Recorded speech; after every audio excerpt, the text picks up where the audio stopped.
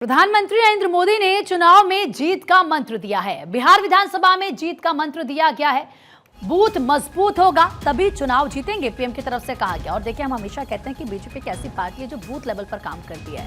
Booth जीतो, बिहार जीतो।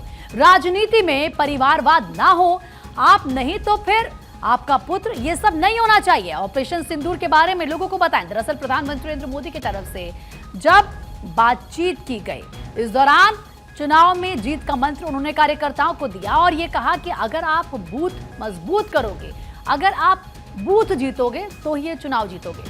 उसमें आपको ये पता चलता है कि आखिर जनता की क्या राय है, जनता क्या सोचती है आपके काम को लेकर, आपकी योजनाओं को लेकर। क्या उनको इसका फायदा पहुंच रहा है या फिर नहीं पहुंच रहा है। और इसी को लेकर खुद पीएम की तरफ से बातचीत की गई। पीएम ने कहा बूथ जीतो, बिहार जीतो। और साफ साफ ये क्लियर किया है कि राजनीति में परिवारवाद ना हो, ये नहीं होना चाहिए। बीजेपी हर बार कहती है, प्रधानमंत्री नरेंद्र मोदी कहते हैं, उनकी पार्टी के दिग्गज नेता कहते हैं कि परिवारवाद नहीं होना चाहिए राजनीति में। ऐसा नहीं होना चाहिए कि अगर आप नहीं है तो फिर आपका पुत्र होगा, क्योंकि ये दशकों से चलता आया है। पर अब ये नहीं होगा और ये सब बंद हो। ऑपरेशन सिंदूर जिस तरीके से सक्सेसफुल रहा, हमारी सेना का जो शौर्य रहा, उसको लोगों को बताएं कैसे पाकिस्तान को मुंह की खानी पड़ी, बताएं कैसे इस ऑपरेशन को हमारी सेना ने अंजाम दिया, बताएं आम लोगों को कि कैसे हमने ये जीत दर्ज की, और बताएं कि कैसे पाकिस्तान बेनकाब हो गया है एक बार फिर से पूरे विश्व के सामने। बिहार में इस साल विधानसभा के चुनाव हैं और मिशन बिहार पर प्रधानमंत्री नरेंद्र मोदी हैं। आप देखिए, ये खासियत है, हमेशा जब आप देखेंगे बीजेपी को या फिर आप पीएम को देखेंगे, वो खुद जाकर कार्यकर्ताओं से मिलते हैं, बातचीत करते हैं, वहां की हवा क्या है, वहां की फिजा क्या कह रही है, उसको समझते हैं और फिर देते हैं जीत का मंत्र। इससे जो कार्यकर्ता हैं बीजेपी के, उत्साहित नजर आते हैं, उनमें जोश नजर आता है। उनको लगता है कि हमारे जैसा एक आम कार्यकर्ता भी कल उस पद पर पहुंच सकता है। जब पीएम उनसे बात करते हैं, उनको ये लगता है कि कोई ऐसा दौर नहीं है कि अगर आप आज एक नॉर्मल से एक आम कार्यकर्ता आप हैं पार्टी के, तो कल आप प्रधानमंत्री नहीं बन सकते। नहीं, वो वक्त बदल चुका है। अगर भारतीय जनता पार्टी की सरकार है तो सब कुछ मुमकिन है। ये मैसेज बीजेपी देती नजर आती है। प्रधानमंत्री नरेंद्र मोदी जब बात करते हैं कार्यकर्ताओं से, तो वो भी इस बात को समझते हैं और वो समझते हैं कि सरकार कैसे काम कर रही है, आम जनता के लिए जो वादे, जो दावे किए गए, उन पर कैसे खरे उतर रही है, उनको कैसे पूरा किया जा रहा है। तो प्रधानमंत्री मोदी के बिहार दौरे का आज दूसरा दिन है और आज 48,520 करोड़ से अधिक की सौगात देंगे बिहार को। सुबह 11 बजे काराकाट में कई प्रोजेक्ट्स की सौगात देंगे, कई परियोजनाओं का उद्घाटन करेंगे, शिलान्यास करेंगे। पीएम मोदी एक विशाल जनसभा को भी संबोधित करेंगे इस दौरान।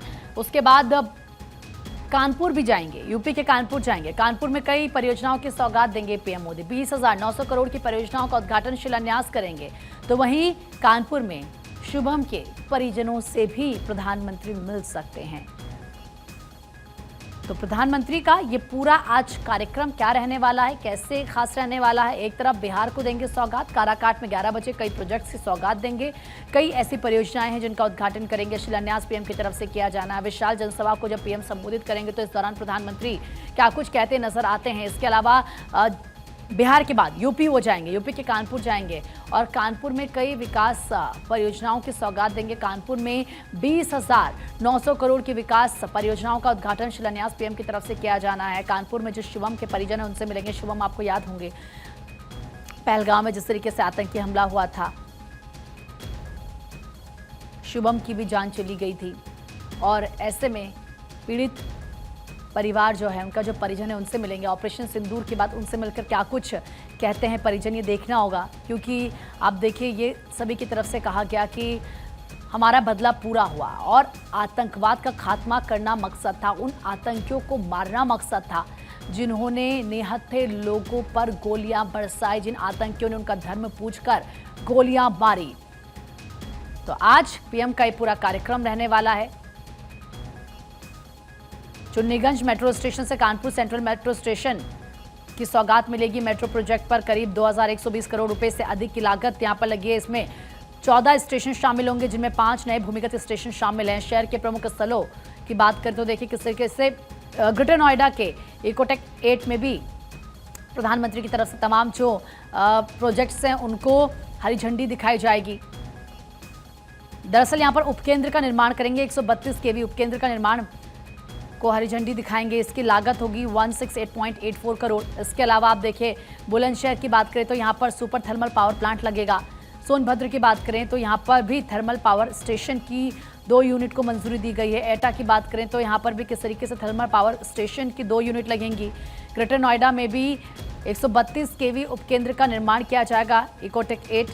तो ये वो तमाम सौगातें हैं जो आज बिहार के साथ साथ उत्तर प्रदेश की जनता को भी मिलेंगी, क्योंकि पीएम बिहार के बाद आएंगे यूपी, और यूपी में काम तेजी से हो, विकास तेजी से हो। लोगों से जो वादे किए हैं जनता से, वो बेहद खास और उनको पूरा करना सरकार की प्राथमिकता है। काराकाट में परियोजनाओं का उद्घाटन शिलान्यास होगा। बिहार की बात करें तो यहां पर 48,520 करोड़ रुपए से अधिक की योजनाओं का लोकार्पण भी पीएम करेंगे। 3,700 करोड़ के नए एक्सप्रेस वे की भी सौगात पीएम की तरफ से दी जानी है। तो कई बड़ी परियोजनाएं हैं जिनका शिलान्यास पीएम करेंगे, क्योंकि पीएम का जो मिशन बिहार है, जरा उसको समझिए आप। अब बिहार में अगर हम सुपर थर्मल पावर परियोजना की बात करें तो उसको भी आप समझिए कि परियोजना पर 29,930 दरअसल ये जो पैसे हैं ये आवंटित किए गए हैं। ये देखिए सड़क परियोजनाओं की आधारशिला रखेंगे। ग्राफिक्स के जरिए हम आपको बता रहे हैं कि कहां कहां पर लेन बनाई जानी है, उसके लिए कितना बजट आवंटित किया गया है, कैसे इससे फायदा होगा।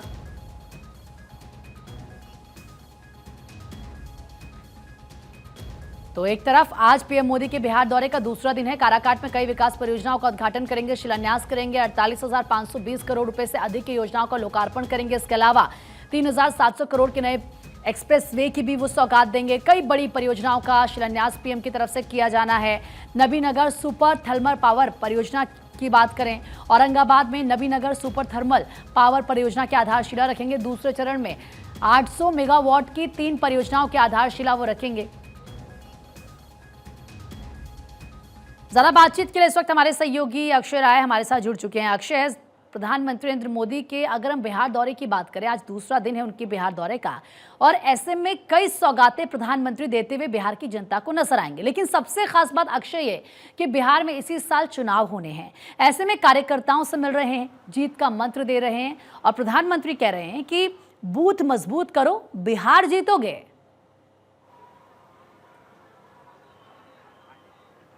और देखिए शुरू से बीजेपी का मंत्र रहा है और कि बूथ जीतना है, और अगर बूथ जीतेंगे तो फिर चुनाव भी जीतेंगे। विक्रमगंज से चुनावी जनसभा करने जा रहे हैं प्रधानमंत्री नरेंद्र मोदी, और करोड़ों की सौगात भी यहां पर मिलने जा रही है बिहार को। हजारों करोड़ की बात कर सकते हैं। 800 मेगावाट की तो 3 थर्मल पावर योजनाएं हैं। रेलवे के लगभग 6 इंफ्रास्ट्रक्चर प्रोजेक्ट्स हैं जिसका कि शिलान्यास और लोकार्पण प्रधानमंत्री नरेंद्र मोदी करने जा रहे हैं। और विक्रमगंज की जनसभा में निश्चित रूप से ऑपरेशन सिंदूर की जो छाया है वो भी देखने को मिलेगी, क्योंकि ये बिहार की धरती है जहां पर कि प्रधानमंत्री नरेंद्र मोदी ने 24 अप्रैल को क्या कहा था, आपने देखा ही होगा। साफ तौर पे कहा था कि जिन्होंने सिंदूर मिटाने की कोशिश की है उनको मिट्टी में मिलाया जाएगा, और वो मिट्टी में मिलाया गया। प्रधानमंत्री के संबोधन में ये सब तमाम बातें रहने वाली हैं। बिहार को लेकर के किस तरह से डेवलपमेंट प्रोजेक्ट्स आगे बढ़ रहे हैं वो प्रमुख मुद्दा होगा। और सबसे बड़ी बात ये रही है कि ये जो इलाका है, खास करके अगर राजनीतिक रूप से देखें तो बीजेपी के लिए उतना मुफीद नहीं रहा है। यही वजह रही है कि बीजेपी ने अपनी कोशिश की है, क्योंकि पिछले लोकसभा में अगर देखें तो लगभग 10 लोकसभा सीटों का ये जो क्षेत्र है, लगभग इसमें से 7 सीटें बीजेपी को हारनी पड़ी थी। इसलिए ये प्रधानमंत्री का मास्टर स्ट्रोक हो सकता है कि यहाँ पर वो जनसभा को संबोधित करें, लोगों को अपने पाले में लाएं, और ऑपरेशन सिंदूर की सफलता के बाद बिहार में किस तरह से प्रोजेक्ट डेवलप हो रहे हैं, एयरपोर्ट टर्मिनल का उद्घाटन, इसके अलावा आज तमाम प्रोजेक्ट्स को वो जनता के सामने लोकार्पित करेंगे, शिलान्यास करेंगे। और ये माना जा रहा है कि एक तरफ से राजनीतिक ताकत दिखाने की भी कोशिश होगी जेडीयू और बीजेपी की तरफ से। कुछ तस्वीरें पहले दिखाऊंगा और उसके बाद कुछ लोगों से बात करूंगा। ये रैली स्थल आप देख सकते हैं। ये कहा जा रहा है कि 1 लाख से ज्यादा लोग यहाँ पर मौजूद रहेंगे, आसपास के जिलों के तमाम लोग आएंगे, और बीजेपी के जो नेता हैं यहाँ पर पहुंचना शुरू हो चुके हैं ढोल नगाड़ों के साथ। उन लोगों से भी कुछ हम बात करेंगे।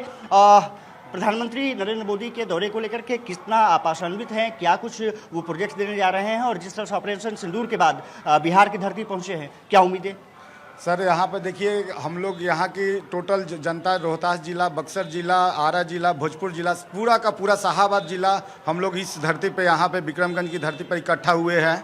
और मोदी जी का प्रयास हर समय राष्ट्र के प्रति बहुत ही सराहनीय रहता है। उन्होंने जिस तरह से ऑपरेशन सिंदूर का काम किया और उस पर हम लोग के राष्ट्र के लिए गौरवान्वित महसूस हुआ हम लोग के लिए, तो उनकी काबिल तारीफ़ है। और हम लोग चाहेंगे इस तरह से कि हमारे राष्ट्र को वो और से और आगे बढ़ाएं। देखिए, एक यहाँ पर कैप लगा के लोग पहुंचे हैं। ऑपरेशन सिंदूर, फिर से भाजपा है तो भरोसा है, ऐसे तमाम जो स्लोगन्स हैं वो हैं। ढोल नगाड़े लेकर के पहुंचे हुए हैं और साफ तौर पे कह सकते हैं कि ढोल नगाड़े के साथ लोग पहुंचे हुए हैं। वो बताते हैं कि प्रधानमंत्री नरेंद्र मोदी के नेतृत्व पर कितना भरोसा है। आप जहां तक आपकी जाएंगी वहां पर नजरे निश्चित से हो जाएगा। लगभग 48,500 करोड़ की अभी से जो परियोजनाएं हैं, चाहे वो विद्युत हो, सड़क हो, रेल हो, शिक्षा हो, ये योजनाओं से प्रयास है, उद्घाटन है और राष्ट्र को समर्पित करने का कार्यक्रम है। प्रधानमंत्री नरेंद्र मोदी कहा जा रहा है कि 11 बजे के आसपास यहाँ पर पहुंचेंगे। और मैं तस्वीरें दिखा दूं आसपास जी। स्थल के साथ। तो प्रधानमंत्री यहाँ पर पहुंचेंगे, क्या कुछ प्रधानमंत्री कहते हैं, लेकिन उससे पहले आप देखिए किस तरीके से काराकाट की जनता में गजब का उत्साह नजर आ रहा है। प्रधानमंत्री का इंतजार यहाँ पर लोग करते हुए नजर आ रहे हैं और अक्षय उनसे बात भी कर रहे थे। फिलहाल अक्षय, आपका बहुत बहुत शुक्रिया तमाम जानकारी देने के लिए।